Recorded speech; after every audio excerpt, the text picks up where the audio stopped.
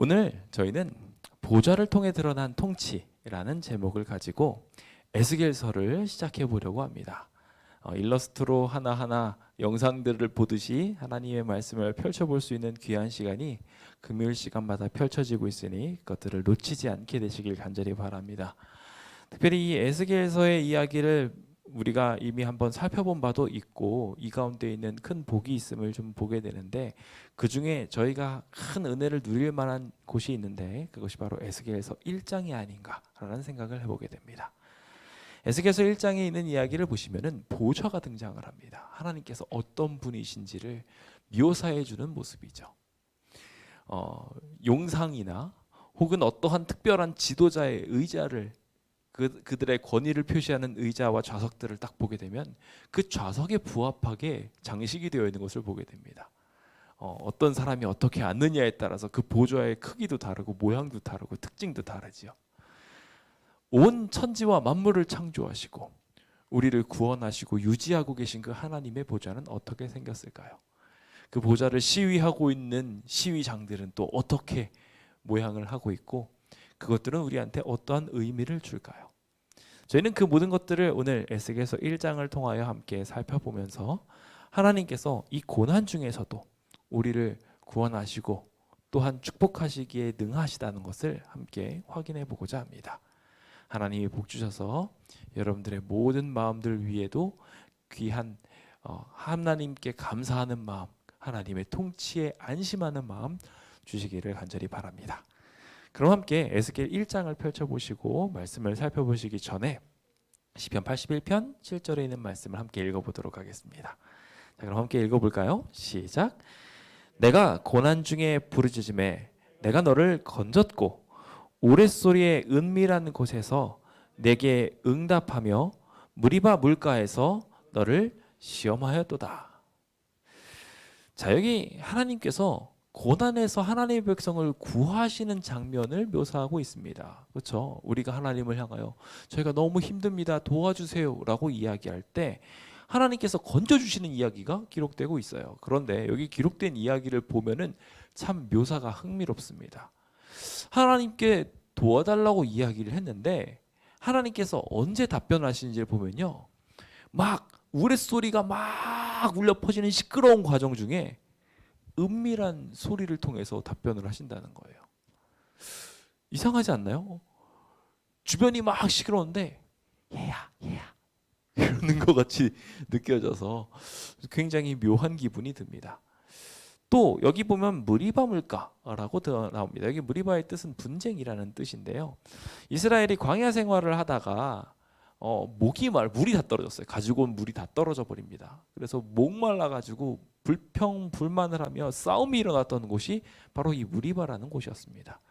이 무리바라는 곳에서 갈증을 막 토로하고 모세를 거의 죽이려고까지 하는 분위기까지 가게 되었을 때 모세가 너무 힘들어서 하나님한테 토로합니다. 하나님, 어떻게 이렇게 하실 수 있습니까? 라고 이야기했을 때 주님께서 그 가운데 임재하셔가지고 그럼 가가지고 반석을 쳐라 라고 했을 때 반석에서 물이 쫙 나와가지고 모든 백성들을 능히 먹이고도 남을 충분한 물이 거기서 샘솟았다라고 해서 그곳이 르비딤 인근이었고 또 갈증을 해소하는 데 있어서 하나님께서 큰 축복을 주시는 모든 것들을 시험을 통해서 주셨다 해가지고 마사라는 의미를 이름을 여기에 붙였다고 우리는 기억하고 있습니다.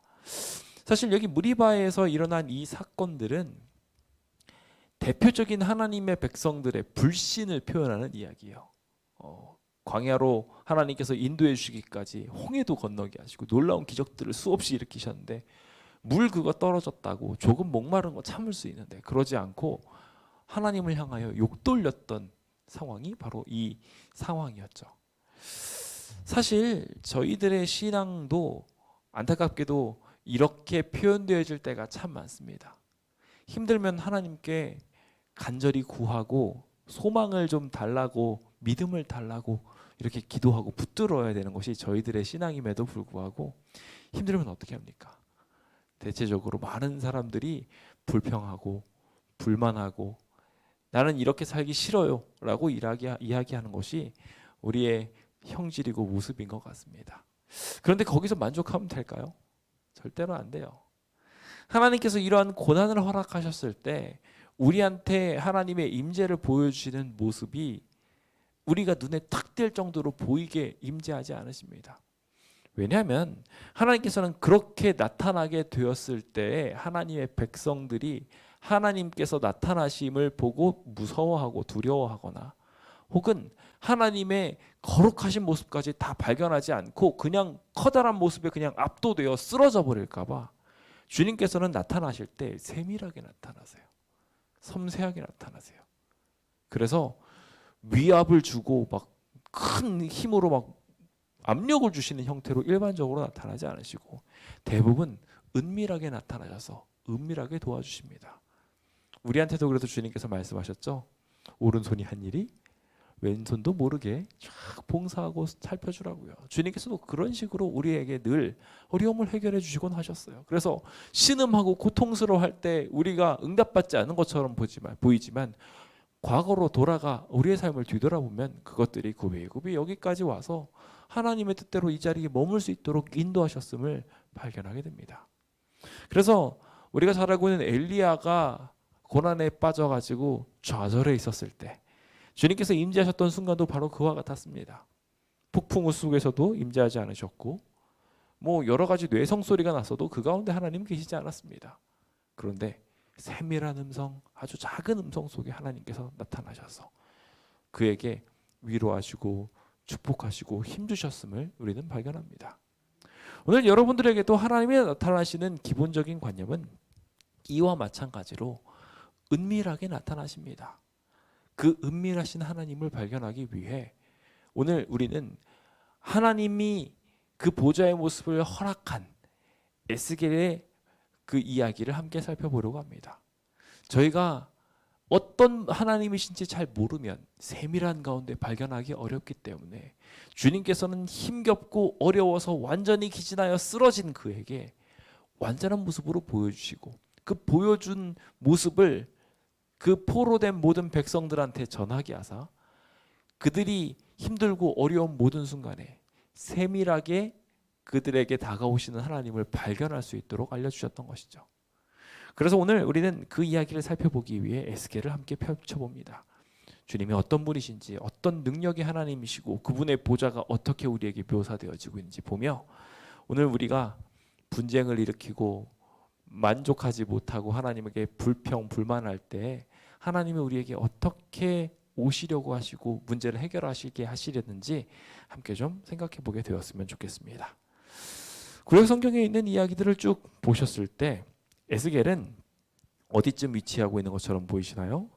자, 여기 시대적으로 여러 개가 구분되어 있는데 창세기, 출애굽기, 뭐 그리고 민수기 시대, 그리고 여호수아 시대와 사사 시대, 그리고 통일 왕정 시대인 사무엘 상하 시대, 그리고 그 다음 분열 왕국 시대였던 열왕기 시대가 넘어가서 이제 뭐가 되고 있습니까?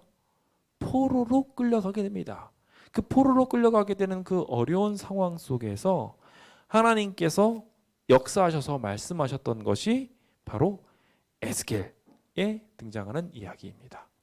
오늘 그 에스겔서에 등장하는 이야기의 배경을 우리가 이해해 보기 원하는 것은 그들이 포로로 끌려갔고 그 포로로 끌려간 이유가 하나님을 끝까지 따라가지 않고 순종하지 않고 결국 거절하여서 이렇게 버림받은 것처럼 보였을 때 그래서 아무것도 나는 못하는구나 라고 좌절하고 있는 그때에 바로 에스겔에게 이상으로 나타나셨다는 것입니다.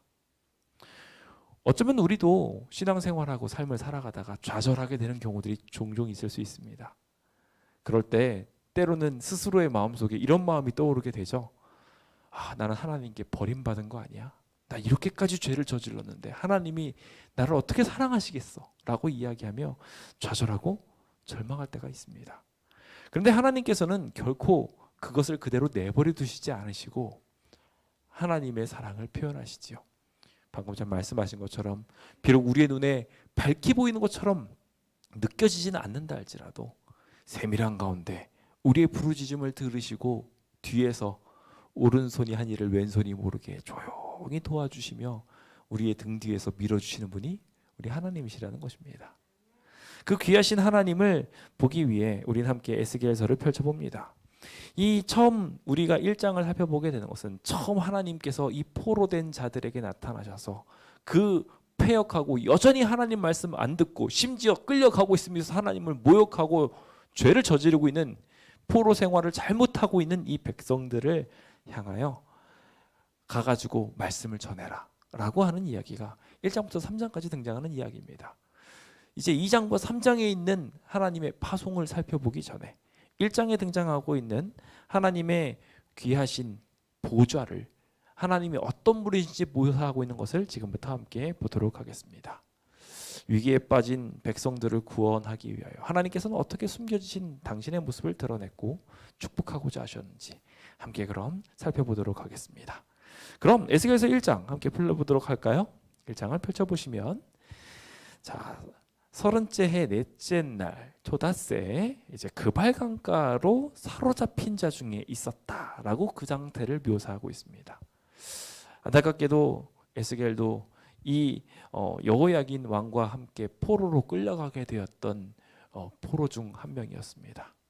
하나님의 뜻을 순종하지 않고 끝끝내 부인하게 되어 이렇게 포로 신세가 된 것은 참으로 개탄할 일이었습니다. 그래서 그가 이제 끌려가고 이제 노역을 향하여 움직이고 있을 때 그발강가에 사로잡힌 자 중에 좌절한 채로 탁 쓰러져 있었습니다. 포로로 끌려가게 될 때 뭐 좀 물도 좀 주고 밥도 좀 주고 꼬박꼬박 잘 챙겨주면서 끌고 갔을까요? 아니면 최소한의 것 죽지 않을 정도로만 하면서 끌고 갔을까요? 아마 확실했을 것입니다. 제대로 된 보상을 해주지 않았을 거예요. 끌려가다가 그냥 음식도 주기 아까워서 굶어서 죽으면 그냥 버리고 가고 목말라서 쓰러지면 그냥 내버려 두고 가고 그런 식으로 끌고 갔을 것입니다. 여기 에스겔도 이와 같이 그렇게 끌려가다가 그나마 배를 불릴 수 있는 기회가 생겼습니다. 그발강가에 도착을 한 거예요. 뭐 평소에 물을 들고 다니기 어려웠을 테니 그냥 여기서나 물 죽여라 하고서 이렇게 그래도 어느 정도 해방감을 누릴 수 있도록 했던 장소가 아니었을까라는 생각을 해보게 됩니다.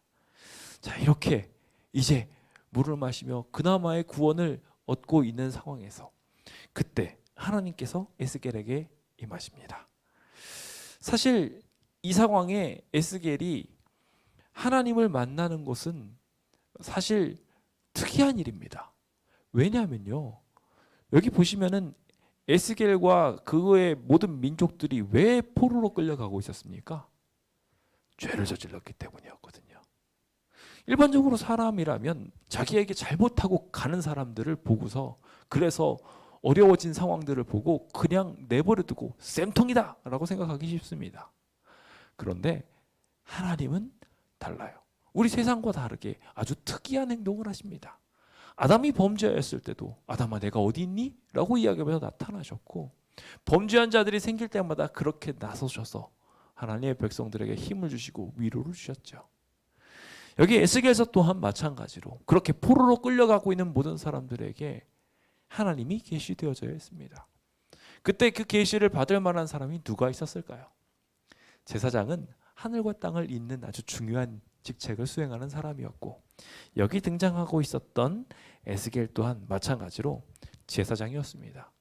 그래서 그 제사장으로서 이 일이 어찌하여 우리에게 이르렀는지 묵상하고 하나님께 용서를 구하고 있었을 때 그 제사장 에스겔에게 하나님의 권능이 임재하게 되었던 것입니다. 오늘 이 고난 중에서도 동일하게 다 고통을 받고 있지만 어떤 이는 이 고통과 고난이 왜 왔는지 고민하고 하나님을 향하여 기도하는 사람들이 있을 수 있습니다. 그 간절한 기도에 하나님께서는 하나님의 모습을 보여주십니다. 힘들고 어렵고 괴로울 때, 그래서 자신의 모습이 이제 한없이 가치 없게 느껴질 때 하나님께서는 그것을 내버려 두지 않으시고 찾아오시는 분이셨다는 것입니다. 이 그발강가로 오셨던 하나님의 놀라운 기적이 오늘 이 자리에 계신 모든 분들에게도 꼭 있게 되길 간절히 바랍니다. 다른 모든 사람들이 보지 못한다 할지라도 여러분들은 그 하나님의 보좌를 경험하게 되시길 간절히 바랍니다. 그래서 주변 사람들한테 희망을 주시기 바랍니다. 소망을 전달하시기 바랍니다. 그 하나님의 거룩한 모습을 발견할 수 있는 귀한 축복이 이 자리에 계신 모든 분들과 함께 있게 되길 간절히 바랍니다. 자, 여기 이 사건 중에 앞서 우리가 본문으로 살폈던 것처럼 모든 사람들은 다 알지 못한 상태에서 에스겔만 그 음성을 들었다는 것에 전 주목합니다. 아무나 듣지 않았다는 거예요. 하나님께 주의를 기울이고 관심을 기울이고 하나님이 선택하셔서 전달한 그 사람에게 임재하셨다는 것에 우리는 우리 자신의 책임의 막중함을 느낍니다. 우리 다음 시간에 2장과 3장을 공부하면서 파송을 공부하며 이야기를 더 자세히 다루게 되겠지만 여기 한 사람에게 하나님이 묘사되어졌다는 것은 굉장히 중요한 일입니다. 여러분들에게도 그러한 중요한 사명이 연결되어져 있음을 꼭 기억하게 되셨으면 좋겠네요. 계속해서 4절에 있는 이야기를 볼까요? 4절에 있는 모습을 보면 그가 이제 보니 북쪽에서 폭풍과 함께 큰 구름이 찾아오는 것을 보게 됩니다. 그곳에서 불이 번쩍번쩍하고 빛이 사방에 비치게 되고 불 가운데 여기 단쇠라고 되어 있는데 달궈진 쇠란 뜻입니다. 그래서 달궈진 쇠와 같이 막 번쩍번쩍 빛나는 것이 오고 있고 그 안에 네 생물이 있는 겁니다. 이 형상을 보면서 그가 도대체 이건 무슨 모습이지 하면서 놀라면서 하늘을 쳐다봅니다. 그렇게 쳐다보게 되었을 때 하나님께서는 당신 자신의 모습을 이 보좌의 모습을 통하여 묘사하고 계십니다. 아시다시피 북쪽은 하나님의 북극 높은 정상 위에 주님이 보좌를 차리셨다는 것을 통하여 하나님께서 북쪽에서 등장하시는 모습을 묘사하고 있었음을 우리는 분명하게 볼 수 있고 여기서 등장하는 구름은 우리가 예수님께서 승천하시고 또한 오실 때 함께하는 시위하는 수많은 천천만만의 천사들과 그 구름에 휩싸여진 모습들을 연상하게 하는 모습입니다. 오늘 이 모습을 보며 사실은 예수님께서 재림하시는 모습도 같이 꿈꿔보게 됩니다. 우리 모두 살아서 주님을 만났으면 제일 좋겠고요. 혹시 주님께서 허락하셔서 잠깐 쉼을 취한다 할지라도 꼭 이 주님이 재림하시는 천천만만의 천사들과 함께 오시는 모습 꼭 보시게 되시길 간절히 바랍니다. 제발 예루살렘 도성이 내려오는 건 보지 마세요. 아셨죠? 삼림 때 눈 뜨시면 큰일입니다. 자, 그럼 이제 우리가 보좌를 하나하나 살펴볼 텐데요. 먼저 첫 번째로 우리가 주목해 보게 되는 것은 바로 생물들입니다. 여기 등장하고 있는 것 중에서 네 생물들이 하나님의 보좌를 시위하여 오게 되는데요. 그 생물들은 어떠한 의미들을 담고 있었을까요? 저는 그 키워드를 섬김이라고 정해보았습니다. 사실 많은 것들을 상징하고 있지만 그 중에 첫 번째 키워드로 이것을 정해보았어요. 자, 마태복음 20장 28절입니다. 함께 읽어볼까요? 시작. 인자가 온 것은 섬김을 받으려 함이 아니라 도리어 섬기려 하고 자기 목숨을 많은 사람의 대속물로 주려 함이니라. 아멘. 우리 하나님께서 이 땅에 오셔서 섬김을 받으려 하셨다고요? 아니죠. 도리어 섬기려 하셨다는 것입니다. 주님께서는 이러한 섬김이 하늘의 모습이라고 묘사해 주시기 위하여 하나님께서는 언약을 두르시고 그 약속을 지키기 위한 모습으로 오시는 와중에 먼저 그들로 보게 하신 건 하늘 백성들이 어떻게 사는지, 하늘 보좌를 옹이하고 있는 이들은 어떠한 자세를 가지고 있는지를 보여주시고자 네 생물을 보여주십니다. 여기 네 생물의 모습을 그럼 함께 좀 살펴보도록 할까요? 자, 6절부터 등장을 합니다. 이 생물은 아주 특이하게 생겼습니다. 인간의 형상을 취하긴 하였는데 얼굴이 4개가 있어요. 되게 이상하죠 벌써? 예, 얼굴이 4개가 있고요. 날개도 4개가 있습니다. 다리가 있는데요. 다리가 그냥 다리가 아니라 곧은 다리인데 그 끝을 보니까 송아지 발바닥 같아요. 그러니까 정상적인 모습이 아니에요. 인간 모습은 인간의 형상을 취하고 있지만 이것은 완벽하게 다른 새로운 생물이었습니다. 사방에 날개가 쫙 있는데 그 날개가 있을 때 날개 속으로 손이 숨겨져 있었습니다. 그래서 그렇게 있었고 날개들이 다 서로 연결되어져 가지고 이렇게 덮여져 있었고 그것이 연결되어져서 움직일 때 뒤로나 옆으로 치우치지 않고 하나님께서 하나님의 백성을 향해 오시는 방향으로 직진하듯이 쫙 오게 되었음을 보게 됩니다. 그래서 후진하시거나 좌우로 치우치지 않으시는 하나님의 모습들을 이렇게 표현하고 있었죠. 자, 여기 등장하고 있는 이 천사들이 가지고 있었던 이 생물의 네 얼굴들은 아주 특이한 모양을 가지고 있었는데요. 여기 앞은 어떤 얼굴이요? 사람의 얼굴. 그리고 오른쪽은 사자의 얼굴, 왼쪽은 소의 얼굴, 뒤는 독수리 얼굴이었다라고 표현을 하고 있습니다.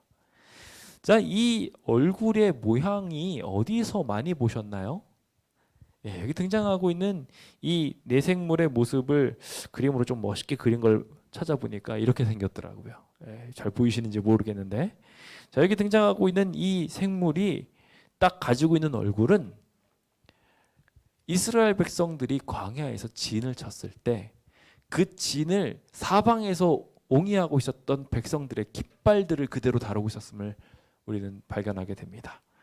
그래서 북쪽에 이제 어떻게 보면 이제 정면으로 봤을 때는 북쪽이 이제 또 북쪽에서 오고 계셨으니까, 그렇죠? 그래서 북쪽에서 오고 계셨으니까 뒤에가 북쪽이죠. 그럼 북쪽은 뒤통수잖아요, 그렇죠? 짐승의 뒤통수고, 뒤통수는 북쪽을 상징하고 있는 독수리가. 그래서 실제로 여기 등장하고 있는 지파들의 상징들이 각각 있는데 그 상징들이 독수리가 상징 깃발이 독수리 깃발이었어요. 그래서 얼굴 뒤에가 독수리, 오른쪽은 사자. 우리가 잘 알고 있는 유다 지파가 바로 그렇죠.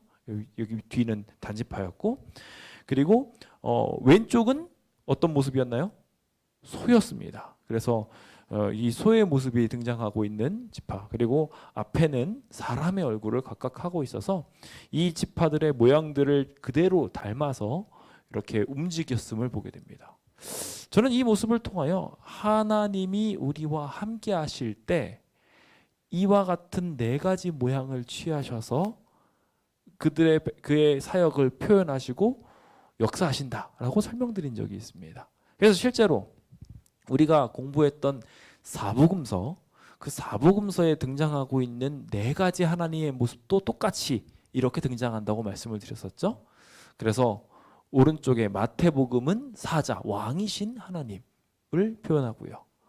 그리고 왼쪽에 등장하고 있는 이 소는 누가복음, 그렇죠. 소는 마가복음. 그래서 마가복음은 종이신 하나님, 우리를 위하여 섬기시는, 소가 섬기듯이 이렇게 우리를 위하여 봉사하시는 하나님. 그리고 사람의 모양은 누가복음. 그래서 참 인자이신 하나님. 그래서 사람으로서 이곳에서 어떻게 봉사하시고 노력하셨는지에 대한 이야기. 그리고 요한은 참 하나님이신, 그래서 하늘의 왕인 독수리를 표현을 해서 참 하늘의 왕이신 하나님을 표현했다고 말씀드린 적이 있습니다. 주님께서는 이와 같은 모습을 이 네 생물에다가 표현하사 하나님께서 이 백성들을 어떻게 하시려고 하시는지를 표현하고 계십니다. 자, 우리가 세상에서는 왕이라고 하면 왕이 이 세상을 막 통치하고 억압하고 빼앗고 이런 걸로 느끼지만, 하나님께서 왕이실 때, 사실 그리고 아담과 하와에게 세상을 다스리고 정복하라 하셨을 때 이 모든 과정들에는 하나님 봉사정신이 들어가 있었습니다. 그렇죠? 그 봉사정신이 어떠한지, 그래서 권능으로 임재하시는 왕이 실제로 다른 이면 속에서 어떻게 하고 계세요? 종처럼, 이 소처럼 우리를 위하여 봉사하고 희생하고 계시는 모습을 표현하고 있죠. 우리 앞에 나타나시기를 인자의 모습을 취하셨지만, 그래서 사람처럼 나타나셨지만, 예수님이 우리의 삶을 다 인간처럼 똑같이 발견하시는 중에 뒤에 뭐를 품고 계셨어요? 신성을 품고 계셨어요. 그 하나님이 그래서 우리와 함께 하시는 과정이 어떻게 큰 겸손과 사랑을 보여주셨는지 우리는 분명하게 합니다. 그래서 자신을 죽기까지 복종하셨던 그 귀한 하나님의 사랑을 이 천사들이 묘사하고 있었음을 우리는 발견하게 됩니다. 이 외견들이 여기서 끝이 아닙니다. 계속해서 11절을 보시면은 이제 얼굴이 그러한 모습이었는데 날개를 들어서 펴서 이제 날고 있는데, 그들이 날 때 둘씩 서로 연해가지고 연결해가지고 이렇게 움직였습니다. 그래가지고 또 둘은 몸을 딱 가리고 있었는데 날개들이 촥 펼쳐져 가지고요, 그냥 이렇게 그냥 날랐다는 것이 아니라 서로 연결돼, 네 짐승들이 서로 연결돼 가지고 그 날개를 쫙 펼쳐 가지고 연결하고 있었어요. 그렇게 하면서 서로 연합한 모습들을 보여주었고, 동시에 나머지 하나의 날개로 뭘 하고 있습니까? 몸을 이렇게 가렸어요. 그래서 그것이 자신의 겸비, 겸손을 표현하고 있는 하늘 백성들의 특징들을 이렇게 표현하고 있었죠. 그리고 12절부터 등장하는 것을 보면 여기서에 등장하는 영은 하나님의 거룩한 영을 하나님을 함부로 표현할 수 없어서 이렇게 영이라고 표현을 했고요. 하나님께서 어느 어떤 쪽으로 가든지 그 생물들도 같이 움직였던 것입니다. 그렇게 움직이고 있고 마찬가지로 하나님이 직진하면서 에스겔을 향하여 다가오고 있으니 그들도 돌이키지 않고 그대로 다가왔으며 모양이 타는 숯불과 같은 횃불과 같은 모습으로 나타나서 그 불꽃이 위에서부터 아래로 후루룩 이렇게 불타오르듯이 이렇게 움직였다라고 표현을 하고 있습니다. 자, 여기 등장하고 있는 것들을 그래서 도표로 표시한 건데 거의 보이지 않을 겁니다. 나중에 집에 가셔서 집에 있는 휴대폰을 통하여 보시면 조금 더 보이실지는 모르겠습니다만 제가 이것을 구두로 여러분들에게 좀 설명을 드리겠습니다. 먼저 여기서 등장하고 있는 얼굴 네 가지는요. 지혜, 얼굴은 사람의 지성을 말하고 그리고 사자의 담대함, 그리고 소의 충심, 그리고 독수리의 민첩을 표현하고 있는 것이자 아시다시피 하나님의 통치 원리들을 말하고 있는 그 짐승들의 각각의 모습들, 사복음서와 연계된 그 이야기들이 얼굴 속에 담겨 있었고요. 날개가 서로 연결되고 또 둘이 몸을 가리고 있는 방식으로 됐던 것은 그들이 서로 협력하고 하나님을 향하여 경외를 표현했다라는 것을 분명하게 표현하고 있습니다. 소는 사면 날개 밑에 있었는데요. 그들이 가려진 그 날개 밑에서 봉사하고 사랑을 나누고 있었음을 우리는 발견하게 되고 동시에 그 다리가 곧고 그것이 똑바른 모습을 취했다는 것은 끈기와 결실을 향하여 나가는 모습이자 발바닥이 송아지로 표현된 것이 순종을 향하여 나가고 있었던 제물의 모양을 취하고 있었음을 표현할 때 오늘 그들이 순종을 하면서 나가고 있었음을 우리는 함께 좀 발견할 수 있습니다. 그들이 말하고 있는 동작이 있었는데요. 아시다시피 이제 하나님을 쫓아가면서 직진하고 있었고 여기 14절에 나온 것처럼 그 생물들이 번개 모양 같이 왕래했다라는 것이 굉장히 신속하고 강력하게 움직였다는 것을 발견할 수 있는데 전심전력과 신속 전진이라는 키워드로 이것들을 좀 정리해 보았습니다. 모양은 사람 모양이었고 그리고 숯불과 횃불 같은 모습으로 불이 오르락내리락하는 광채를 가지고 있었던 그의 모습들은 죄악을 향하여 진노하시고 하나님의 백성을 구출하기 위하여 영광스럽게 오시는 모습을 묘사하고 있다고 설명드리고 싶습니다. 저는 이 모든 모습들을 취하여 볼 때 하나님께서는 하늘 백성들이 하나님의 뜻을 따르기 위하여 섬기고 봉사하고 또한 그것을 통하여 하나님의 백성들의 고통들을 치유하기 위하여 파견되는 일들을 수행하고 있음을 분명하게 봅니다.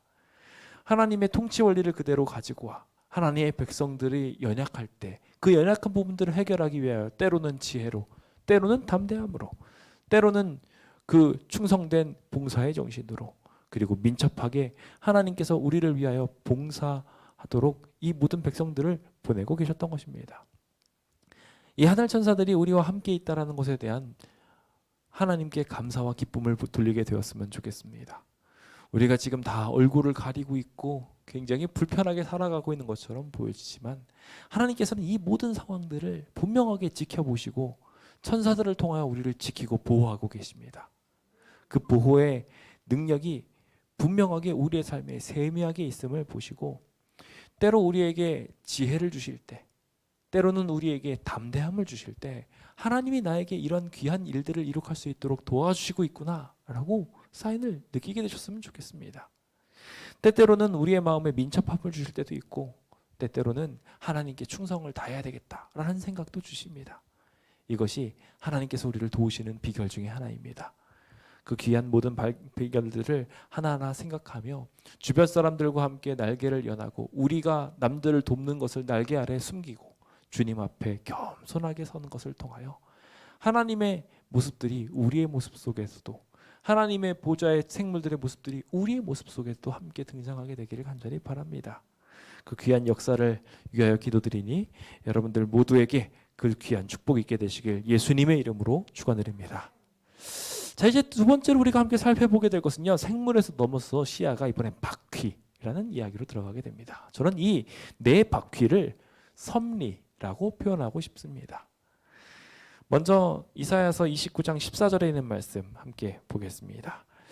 함께 보면요, 시작.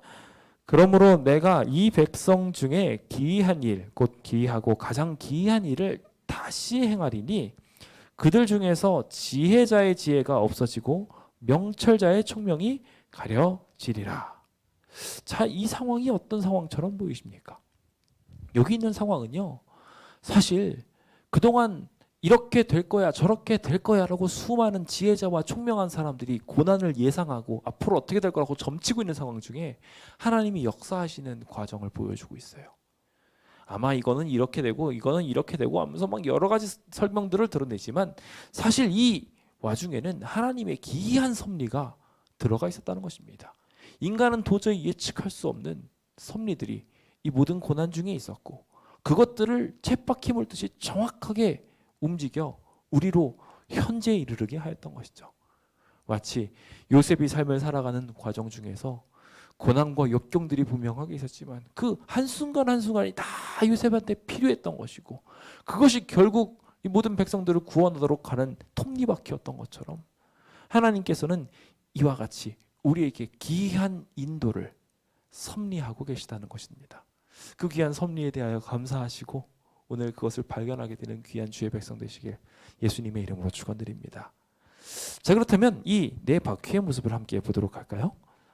자, 이 네 바퀴의 모습은 15절부터 등장을 합니다. 내가 그 생물을 보니 그 생물 곁에 땅 위에는 바퀴가 있었다라고 표현하고 있습니다. 마치 마차에 바퀴가 있는 것처럼 달려있는데 그 바퀴가 아주 묘하게 생겼습니다. 내 얼굴을 따라 하나씩 있게 되는데요. 그 내 얼굴을 따라 하나씩 있었다라는 것이 바퀴가 모양이 구조가 아주 특이했음을 말합니다. 잠시 후에 설명을 또 드리겠지만 자, 일단은 바퀴의 구조 자체가 황옥처럼 생겼습니다. 황옥이 노란색으로 투명한 그런 거라고 생각하시면 그래서 약간 금빛이 도는데 안에가 투명한 크리스탈처럼 돼 있다고 생각하시면 쉽습니다. 지금 여기 그림으로도 표현되어 있죠. 자, 이렇게 표현되어 있는데 투명해가지고 안에가 이렇게 바퀴가 이렇게 들어가 있다고 보시면 되고요. 그 황옥 같아 보이는데 넷이 똑같은 모양을 가지고 있었고요. 그 똑같은 모양으로 가지고 있었던 구조가 특이합니다. 구조가 바퀴 안에 바퀴가 있었어요. 그래서 네 면이 있는 것처럼 이렇게 동물이 이렇게 네 방향으로 얼굴이 있었죠. 똑같이 바퀴도 네 방향으로 있었던 거예요. 그렇게 되고 그 안에 또 바퀴가 있었어요. 그러니까 어떤 사람들은 이것을 해석할 때 바퀴가 이렇게 있고 그 안에 바퀴가 이렇게 있었다라고 해석하시는데 제가 영감의 말씀이나 예언의 를 자세히 살펴보면은 이 바퀴의 구조를 보고서 그냥 이렇게 단순하게 이렇게 한 모양이 있고 이렇게 모양이 있다면 그렇게 복잡하다고 생각 안 했을 거예요. 그런데 에스겔이 그 모양을 보고 엄청 복잡하다고 느꼈다고 표현하고 있어요. 이게 뭐냐면은 이 이렇게 동그랗게 돼 있는 부분에 그 안에 수많은 바퀴들이 조각조각 돼서 움직이고 있었던 겁니다. 그리고 거기에다가 그게 끝이 아니었어요. 그 안에 감찰하는 눈 같은 모양들이 쫙 돌려져 가지고 굉장히 엄청나게 많은 것들이 거기서 움직이고 있었습니다. 마찬가지로 하나님께서 가시는 방향대로 이들도 움직이고 있었죠. 그 움직이고 있는 모양들을 좀 더 자세히 살펴보면 그 크기가 작지 않았어요. 엄청나게 컸음이 둘레가 높고 무서웠다고까지 말하고 있어요. 얼마나 컸으면요.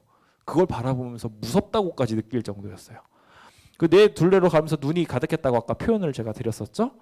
그리고 생물들이 갈 때 바퀴들이 곁에서 같이 쫙 움직이면서 시위하듯이 같이 바퀴들이 움직였고요.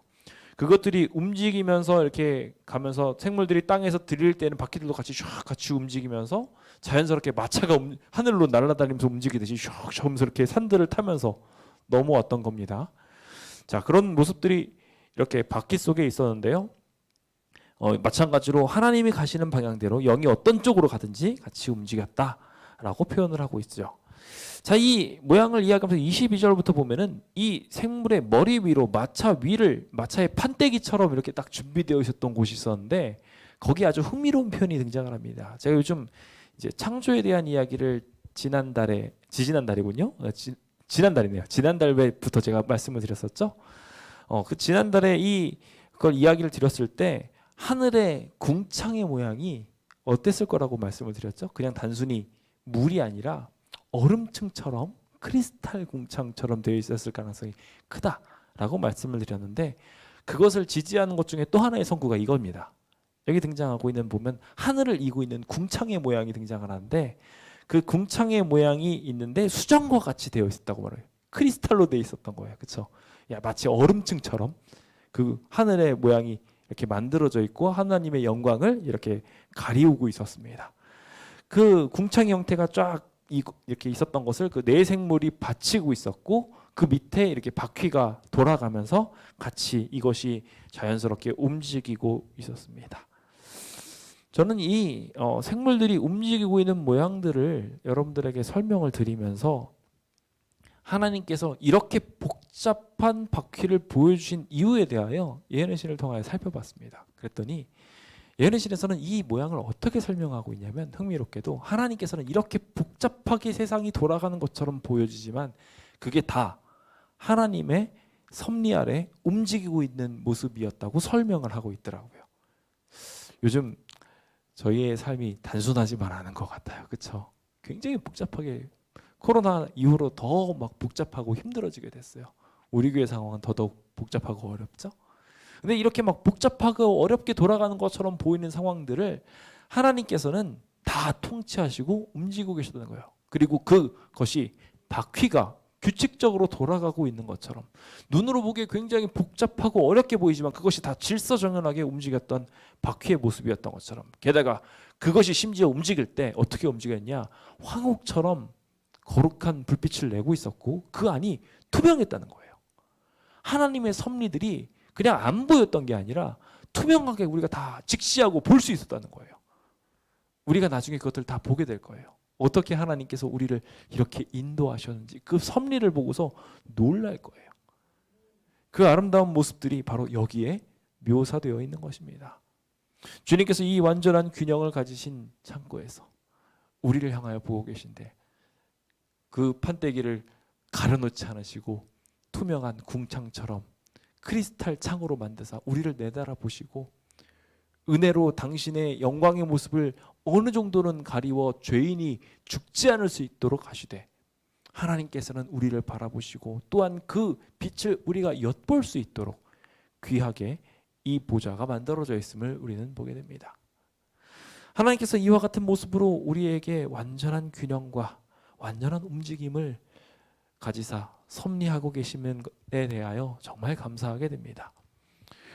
그 모습을 보면 우리는 자연스럽게 여기 있었던 짐승들이 했던 모습처럼 날갯짓을 하고 소리를 내게 될 겁니다. 많은 물소리와 같고 시끄러웠다고 이야기하는 계시록의 표현들이나 혹은 여기 등장하고 있는 날갯소리나 뭐 물소리 뭐 그리고 전능자의 음성소리 같았다는 이 수많은 이야기들이 하나님을 향한 찬양들이었음을 오늘 우리가 함께 배워보려고 애썼던 이 영광송들이었음을 우리는 함께 좀 생각해 보게 되죠.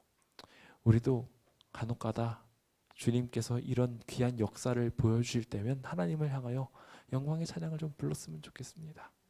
하나님 정말 멋집니다 라고 이야기하고 고백하고 감사하고 생물들이 그 모습을 바라보며 찬양할 수밖에 없었던 것처럼 우리도 주님의 임재하심을 보며 찬양하게 될 겁니다.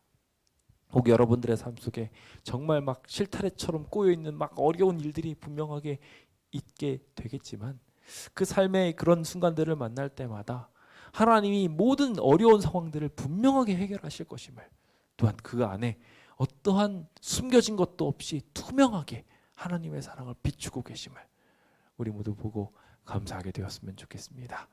그 귀한 역사들이 오늘 여러분들의 삶 속에 있게 되길 간절히 바랍니다. 마지막 세 번째 우리가 살펴보고자 하는 것은 운행하는 보좌와 통치라는 키워드를 가지고 여러분들에게 전달드려 보고자 합니다. 이제 주님께서 오고 계시고 그분의 보좌가 있을 테니 메인 핵심으로 보이는 것은 결국 보좌겠죠. 사실 그때 그 묘사가 많지는 않습니다. 그분을 시위하고 있는 천사들도 가까이 있었고 바퀴들도 분명히 가까이 있었지만 보좌는 크리스탈 궁창 뒤편에 마치 영광을 숨기듯이 어느 정도 숨겨져 있었기 때문에 그 내용들이 기록이 많지는 않습니다. 하지만 그럼에도 불구하고 거기서 분명하게 등장하고 있는 하나님의 통치의 모습이 나옵니다. 저는 그래서 역대상 6장 16장 31절에 있는 말씀을 함께 읽어보길 원합니다. 보겠습니다. 시작. 하늘은 기뻐하고 땅은 즐거워하며 모든 나라 중에서는 이르기를 여호와께서 통치하신다 할지로다. 오늘 여러분들이 이렇게 기쁘게 찬양하고 세상이 정말 하나님을 향하여 하나님이 세상을 통치하고 있구나라고 인정하게 되는 역사가 분명하게 있었으면 좋겠습니다. 저는 그 역사를 무엇으로 볼 수 있는가라고 하게 될 때 요즘 한참 공부하고 있는 언약이라고 좀 말씀드리고 싶습니다. 주님께서는 그 언약의 하나님으로서 등장하셔서 무지개의 약속을 이루시고 그리고 당신이 우리를 위하여 희생하시겠다는 예수 그리스도의 십자가 사건을 분명하게 이루셨으며 다시 오시겠다는 귀한 약속을 위하여 지금도 포도나무에서 난 열매를 먹지 않고 계십니다. 오늘 그 귀한 하나님의 약속을 생각하며 영광스러운 보좌를 함께 상기해 보게 되었으면 좋겠습니다. 26절부터 있는 이야기입니다. 그 머리 위에 있는 궁창 위에 보좌의 형상이 있었습니다. 그런데 그 모양이 남보석처럼 보였다라고 이야기합니다. 이 남보석처럼 보인 것을 잠시 생각을 해보면 투명한 크리스탈이 막고 있는 상태에서 보좌가 있는데 거기에 남보석이 있다고 생각하시면 돼요. 저 모양이 지금 딱 상상이 되시죠? 아마 여러분들이 투명한 곳에 저렇게 남색 모양이 있으면 어떤 느낌을 받는지 제가 쉽게 말씀드리면 여러분들이 그 해외에 놀러를 갔을 때 거기에 바닷가 정말 말 그대로 산호초가 있어서 백사장에서 이렇게 다른 색깔과 다른 멋진 바닷가를 보고 있는 그 모습이 딱 요 느낌이었을 거라고 저는 생각이 됩니다. 반짝반짝반짝거리면서 하나님의 영광이 보이는 그 남보석 속에 하나님의 영광의 느낌이 보여졌을 것입니다. 마찬가지로 이 남보석 또한 투명한 재질을 가지고 있습니다. 그래서 그 남보석을 통하여 하나님께서 얼마나 멋진 모습을 보여주고 계신지 그 보좌의 통치의 투명성을 함께 보여주고 있고요. 그 위에 하나님의 형상이 있었습니다. 그분의 허리 위에 보면은 마찬가지로 단쇠와 같이 되어 있었다. 아까 전에 단쇠가 뭔지 말씀드렸죠. 불타고 있는, 그래서 그 철을 두들기기 전에 이렇게 뻘겋게 주황색으로 익은 모습처럼 보이는 그 하나님의 모양이 있었고요. 그 속과 주위가 불과 같이 불타고 있었다고 표현하고 있습니다. 허리 아래도 불과 같이 있대 그것이 또 사방에 광채를 뿜어내고 있었다라는 것은 하나님께서 하고 계시는 모든 일들이 그냥 단순하게 이루어진 것이 아니었음을 말하고 있습니다. 자, 쇠가 이렇게 단쇠가 된다는 것은 무엇을 말하나요? 정결하다는 소리입니다. 쇠가 가지고 있는 모든 불순물들이 없어지게 되는 순간 이렇게 달궈질 때거든요. 이렇게 달궈졌던 것은 하나님께서 아무런 흠도 없이 있는 분이시라는 것을 말하고 있고요. 동시에 그 단쇠가 정결의 영을 표현하기도 합니다. 그래서 실제로 이 단쇠의 역사를 가진 것이 입술에 닿기도 하고 그래가지고 사람들을 치유하고 깨끗하게 만들기도 하거든요. 주님께서 이러한 모습을 가지셔서 주변 사람들한테 정결의 영과 축복의 영을 주시고 계시고 동시에 고난을 누가 대신 당하고 계신 거예요? 지금 불타져 있는 느낌을 하나님께서 대신 당하고 계신 거예요.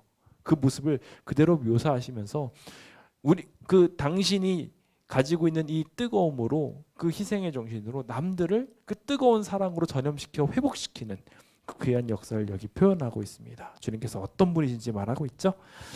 자, 그러면서 사방에 광채가 나는데요. 그 광채가 어떻게 되어 있냐면 광채의 모양이 비 오는 날 구름에 있는 뭐와 같다고요? 무지개 하면 뭐가 생각나십니까? 언약이 생각나죠. 주님께서 약속을 지키시는 거예요. 하나님께서는 아브라함의 자손들을 믿고 그들에게 축복하셔서 그 하나님의 백성들의 구원을 이룰 장차 예수님이 태어날 그 귀한 씨를 너희에게 허락하겠다고 약속해 주셨어요. 지금 여기 바벨론으로 끌려가고 있는 백성들은 다 왕족들이었어요. 그렇다는 것은 유다의 씨를 품은 이들이었고 이 가운데 고난의 백성들 중에 분명히 하나님의 고난의 씨앗들을 품고 결국 우리를 구원할 백성이 하나님의 뜻들을 이어가고 있는 사람들이 여기 있었음을 말하고 그 언약을 지키기 위하여 그것을 보호하기 위하여 이렇게 오고 계심을 분명하게 보여주고 있는 귀한 묘사가 아닌가 생각해 보게 됩니다. 고난 중에 있지만 하나님께서는 이 죄 중에 있는 백성들을 잊지 않으셨던 거예요. 여전히 이렇게 끌려가고 있는 중에 하나님이 그동안 나를 지켜주시는 줄 알았더니 하나님이 나를 버리셨네? 라고 이야기하면서 하나님한테 욕하는 사람들도 있고 불평하는 사람도 있었을 거고요. 그리고 하나님을 믿었건을 하나님께서 이렇게 능력 없는 분이셨나? 바벨론의 신과 함께 싸웠을 때 하나님이 지셨네? 라고 이야기하면서 하나님을 모욕하고 있는 사람도 있었을 것입니다. 하지만 그런 모든 사람들에게 주님께서는 당신의 통치를 온전히 보여주기 위하여 에스겔을 통해 나타나게 되었던 것입니다. 주님의 이 모든 영광의 형상을 보게 될 때, 온전히 보게 될 때, 우리는 우리의 힘으로 서서 무언가 계획을 움직이는 것이 아니라 하나님께 엎드리고 부복하게 될 것입니다. 오늘 이 안식일, 일주일간 많은 복잡한 일들이 있으셨겠지만 이제 주님께 내려놓으시고 주님께서 우리의 삶을 온전히 이끌기 위하여 어떠한 노력을 하셨는지 발견하고 하나님께 감사하게 되는 귀한 시간 되시길 예수님의 이름으로 축원드립니다. 저는 이제 이 말씀을 마무리 지으며 영감의 말씀에 있는 말씀 하나를 좀 말씀드리고자 합니다. 밑에 있는 부분은 제가 전에 말씀드렸던 몹시 복잡하게 연결되어 있는 이 섭리에 대한 이야기였고요. 위에 있는 부분만 좀 보겠습니다. 선지자 에스겔은 계시 중에 그룹 날개 밑에 손과 같은 모양의 것을 보았다. 그것은 하나님의 종들에게 성공을 주는 것은 하나님의 능력이란 사실을 가르쳐준다. 하나님께서 당신의 사자로 고용한 자들은 그분의 사업이 자기들에게 달려있다고 느끼지 말아야 한다. 유한한 인생에게 이 무거운 책임을 수행하도록 버려둔 바 되지 아니하였다. 아멘이십니까? 주님께서는요, 이 천사들의 모습을 통하여 지금 우리가 이렇게 애타게 노력한다고 이 문제가 풀리는 것이 아니라 하나님이 그 문제의 키를 쥐고 능히 해결하기 위하여 우리를 버려두지 않고 해결하기 위해 오고 계신다고 말하고 계십니다. 우리의 코로나 문제도, 여러분 개개인의 문제도, 이 교회 성전의 문제도 하나님께서 등히 해결하실 것입니다. 그것을 생각하시며 주님의 완전한 섬김, 그분의 섭리, 그분의 통치를 경험하시는 귀한 안식일 되시길 간절히 바라면서 오늘 모든 말씀을 마치도록 하겠습니다.